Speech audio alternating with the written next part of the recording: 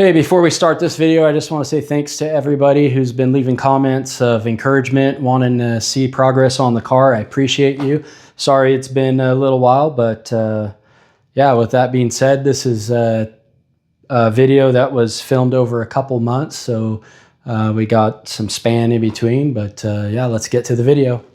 Well, I can't believe it's been 3 weeks since I've even worked on the car, but more life changes have happened. I ended up getting a full-time job, and so that's really going to limit the amount of time that I'm going to be able to put into the car. I just got to get in my groove, though. Once I get in the groove, I'll probably do 1 to 2 hours an evening working on the car, and then maybe 1 of the 2 weekend days on it. So I had to take a bunch of my tools to the shop, so I had to rob from my toolboxes here and then get set up over there, and then I've had to replenish some of this stuff, so I have the tools to keep working on the car.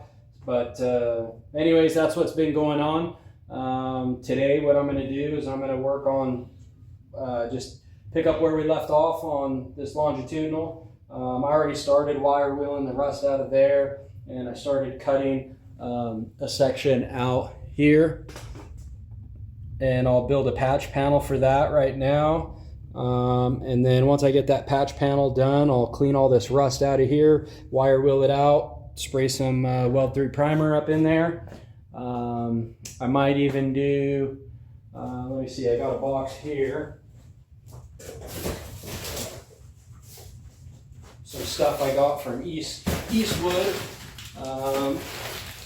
It's actually probably what I'll do. This is internal frame coating, and so I bought this along with, let's see here, there's a hose here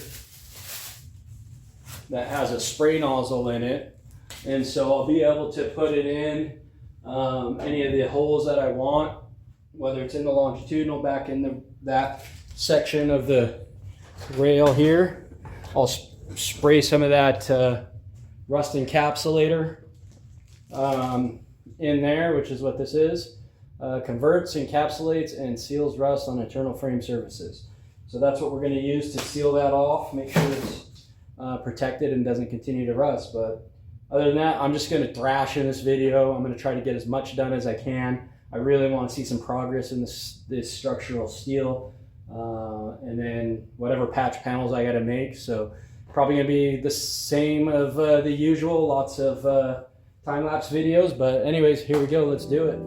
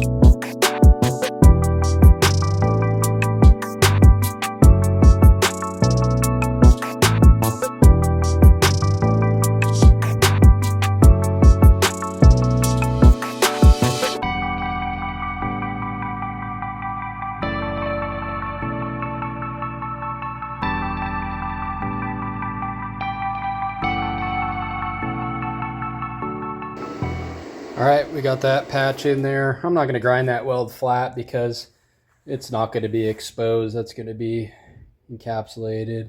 And then we laid down some self-etching weld through primer on that piece also. So now this piece is going to be the next to go in. All right, so I got this piece. Well, let me take this off real quick.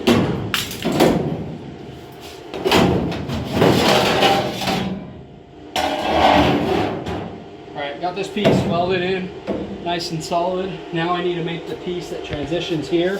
It's got a rounded corner here, and then it has the pinch weld here. So I started forming this piece of sheet metal. It's going to be difficult, but this is going to go in here and bend up. I got to, of course, cut the width down but I need to put a radius in. So this is my pinch weld right here, basically. And then I need to put the radius in that's gonna allow it to fit there correctly. So that's what I'm working on right now. So I have an idea here. I think I'm gonna weld this piece of pipe here to my table, and that's gonna allow me to form that radius. And then I'm gonna bring this piece of metal somewhere in, like right here, clamp it down, and then make the bend. So we'll see if I can be able to do it. Kind of a complicated piece, but we're gonna try it. Well, welded it to the table didn't work, so I got my metal shaping bag. It's just a leather bag full of steel shot, and using that same pipe I had welded to the table, and I'm just going to put this radius in.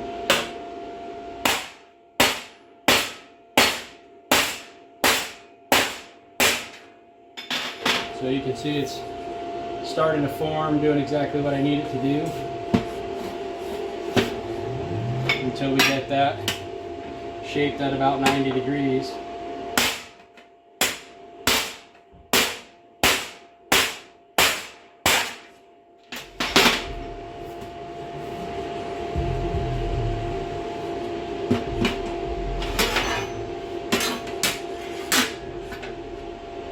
So yeah, I'll keep beating on it and we'll see if it turns out how we want it to.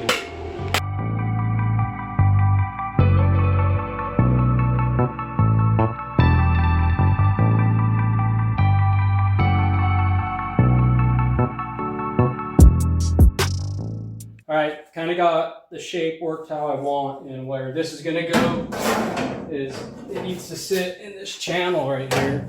You see how that's flush, but it goes over here.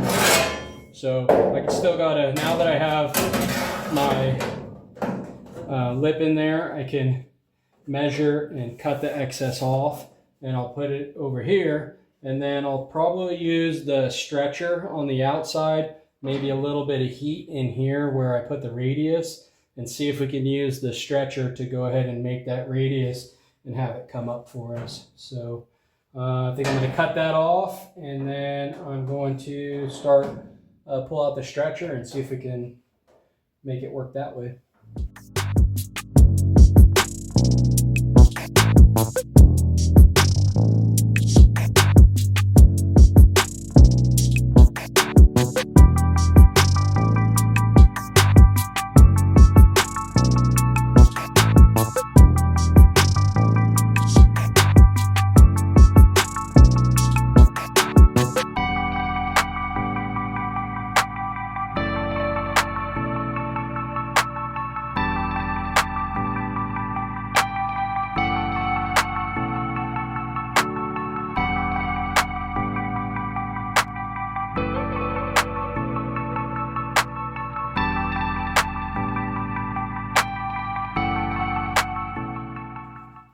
All right, this is what we got. This is what we're working with.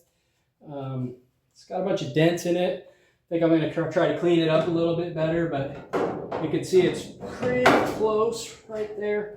You know, I have to clamp it down, and then I'll have to trim a little bit and massage it into place. But I think first I'm going to try to get some of these ripples and dents out of it from forming it, and maybe put a little bit more edge in here. So I'm going to do that, and then I'm going to tack it in place and kind of manipulate it to where it needs to go. All right, I'm using this cheap English wheel I bought to take all my hammer marks out of it, and it seems to be working pretty good. Had a bunch of little dimples like that right there. I don't know if it's picking up on the camera, but I'll work those out right now.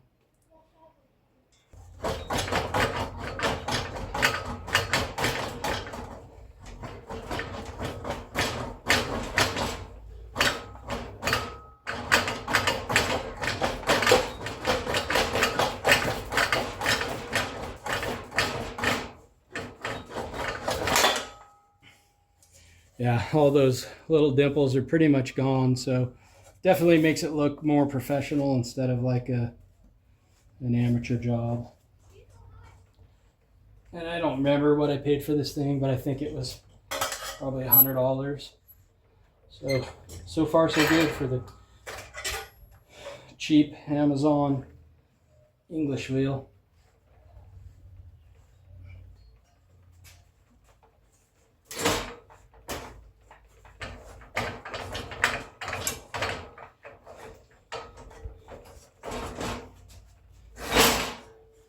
It would probably work a little bit better if it was mounted somewhere more rigid.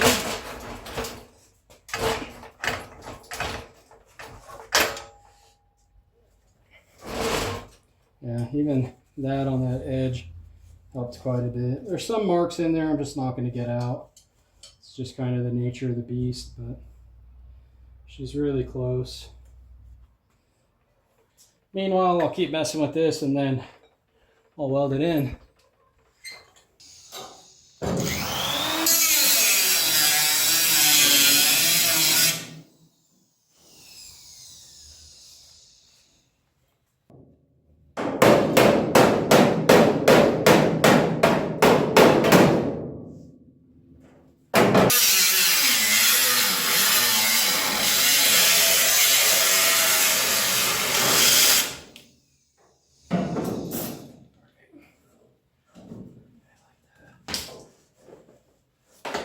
All right, got this fit up.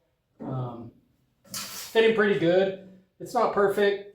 I think once I have it welded in here, I'll be able to massage this radius a little bit, and then I'll have to cut here and make a piece to connect these two. But yeah, I'm gonna weld it in right now and start shaping it a little bit more till I like it. All right, got that piece fit in there. Got to make this small piece right here still, but I think I'm going to call it a day today, and then I'll be back at it tomorrow. I'm back. It's the next day, and right now what I'm doing is I'm using this tool. This is an old Harbor Freight tool that I've had for a while. It's a punch and flange tool, so it'll actually... Here's a piece of scrap. So I'm using the punch side right now. You just fire it like that, and it makes holes in the metal. So I'm going to use that to plug weld this piece in. So I'm going around where it's going to need to be welded and doing that. And then on the other end of this, which is something I'm not using right now, but it has a flanging function, and I don't know if you can see that on the camera or not, but it puts kind of a flange in there so you can butt two pieces of sheet metal together. But anyways, yeah, just going through here, gonna punch all these holes and then start fitting this so we can weld it. You can see what it looks like there. It's got all the holes in it that I'll be able to plug weld it on that seam. Since I don't have a spot welder that will clamp and create a spot weld. So I'm going to finish doing that and then test fit it on the car, and I think I need to make some modifications to it and start welding it in.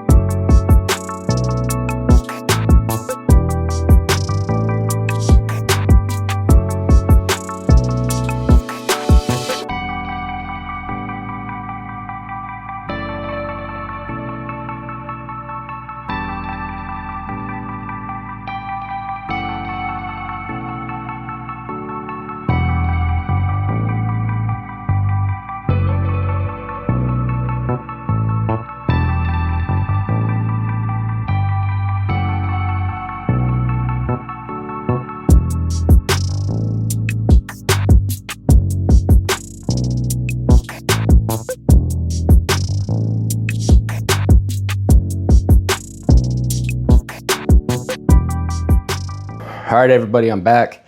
I know it's been a long time since I touched the car. I was looking at the first half of this video. That was back on June 21st. Today's August 15th, so almost 2 months since I touched the car. I'm not very happy about that. I wish I had time to work on it every day, but just what life has done. Also, it's been really hot in the summer. Haven't really wanted to come out here in the evenings and work on it. So I'm gonna get after it a little bit this morning and pick back up where I left off after I welded this longitudinal in. I got this piece right here that I really want to get fit in there, and that's gonna complete the repair to this longitudinal and to the hell hole, other than remounting the engine mount and the trailing arm mount. So let's get to cutting and fitting and get this piece welded in.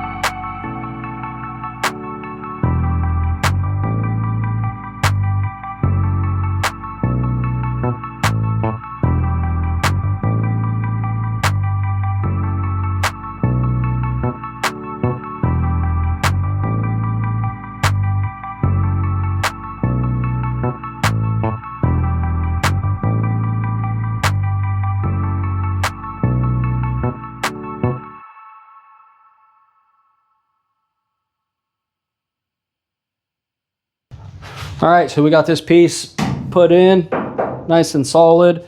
Got most of it welded in. I still need to finish the seam here where it connects to the other part of the longitudinal, but let's take a look at how it turned out. There we got a pretty heavy weld in here that ties it into the control arm bracket. We got a butt weld here. You can see the weld's not the prettiest, but there's no porosity in there. It's nice, good, clean weld.